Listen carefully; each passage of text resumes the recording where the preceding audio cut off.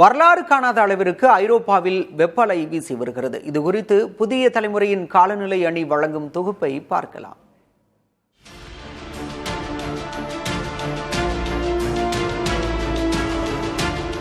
ஐரோப்பாவில் கடுமையாக வீசி வரும் வெப்ப அலைக்கு சூப்பர் எல்னினோ தாக்கத்தால் வளிமண்டலத்தில் வெப்ப குவிமாடம் எனப்படும் ஹீட் டோம் உருவாகியுள்ளதே முக்கிய காரணம்.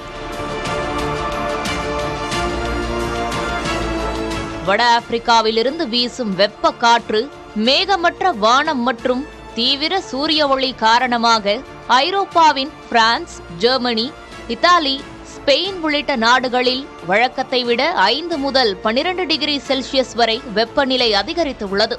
இந்த கடுமையான வெப்ப அழுத்தத்தால் ஐரோப்பா முழுவதும் 1300க்கும் மேற்பட்டோர் உயிரிழந்து உள்ளதாக அதிகாரப்பூர்வமாக அறிவிக்கப்பட்டுள்ளது.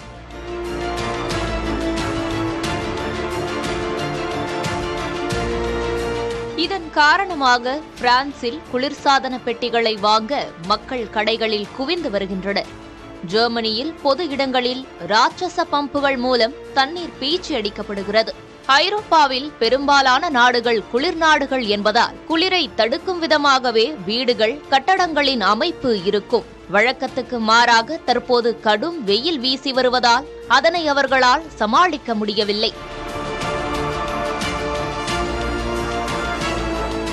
தற்போது ஐரோப்பாவில் 10 கோடிக்கும் அதிகமான மக்கள் 35 டிகிரி செல்சியஸுக்கும் அதிகமான வெப்பநிலையை எதிர்கொண்டு வருகின்றனர்.